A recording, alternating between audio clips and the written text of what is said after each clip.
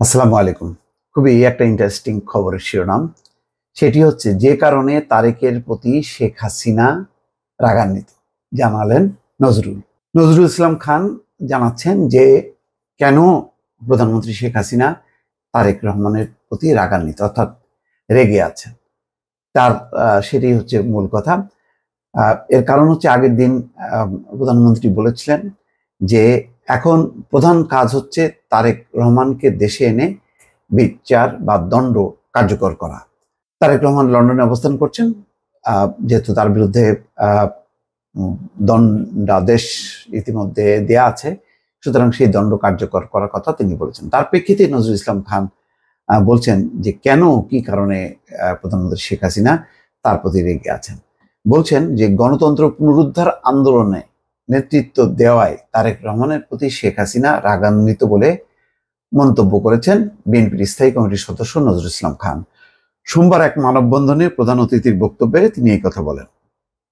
জাতীয় প্রেস ক্লাবের সামনে ঢাকা জেলা বিএনপির উদ্যোগে ঢাকা জেলা বিএনপির সভাপতি খন্দকার আবু আশফাক সহ কারাবন্দী নেতাকর্মীদের মুক্তির দাবিতে এই মানববন্ধন হয়। নজরুল ইসলাম খান সেখানে বলছেন, দেশের জনগণ যখন দুর্যোগে তখন তাদের বাঁচানো প্রধানমন্ত্রীর কাজ না, তার কাজ হচ্ছে তারেক রহমানকে দেশে এনে বিচারের মুখোমুখি করা।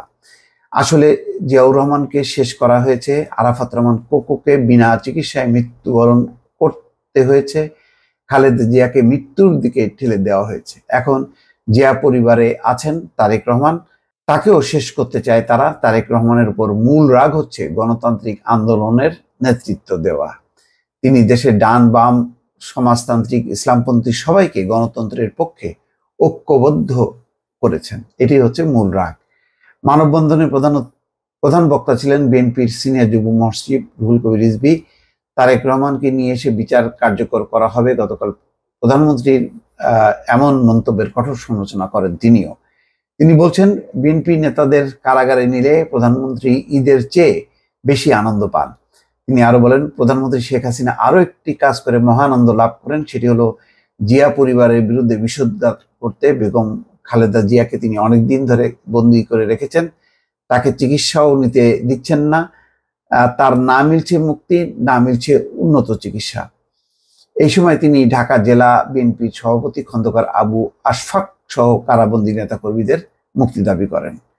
দর্শক, এই একটি নতুন রাজনৈতিক বিতর্ক, অর্থাৎ এমন একটি সময়ে হঠাৎ করে প্রধানমন্ত্রী খুব দৃঢ়তার সঙ্গে বলেছেন যে যেই তারেক রহমান, যিনি এখন দল চালাচ্ছেন বা বিরোধী জোটের নেতৃত্ব দিচ্ছেন, তিনি এখন লন্ডনে অবস্থান করছেন এবং তাকে যেহেতু 21শে আগস্ট সহ কয়েকটি মামলায় তার বিরুদ্ধে দণ্ড দেওয়া হয়েছে, সুতরাং তাকে এনে বিচার করা হবে বা বিচারের যেই দণ্ড দেওয়া হয়েছে সেই দণ্ড কার্যকর করা হবে বলে খুব দৃঢ়তার সঙ্গে গতকাল বলেছেন।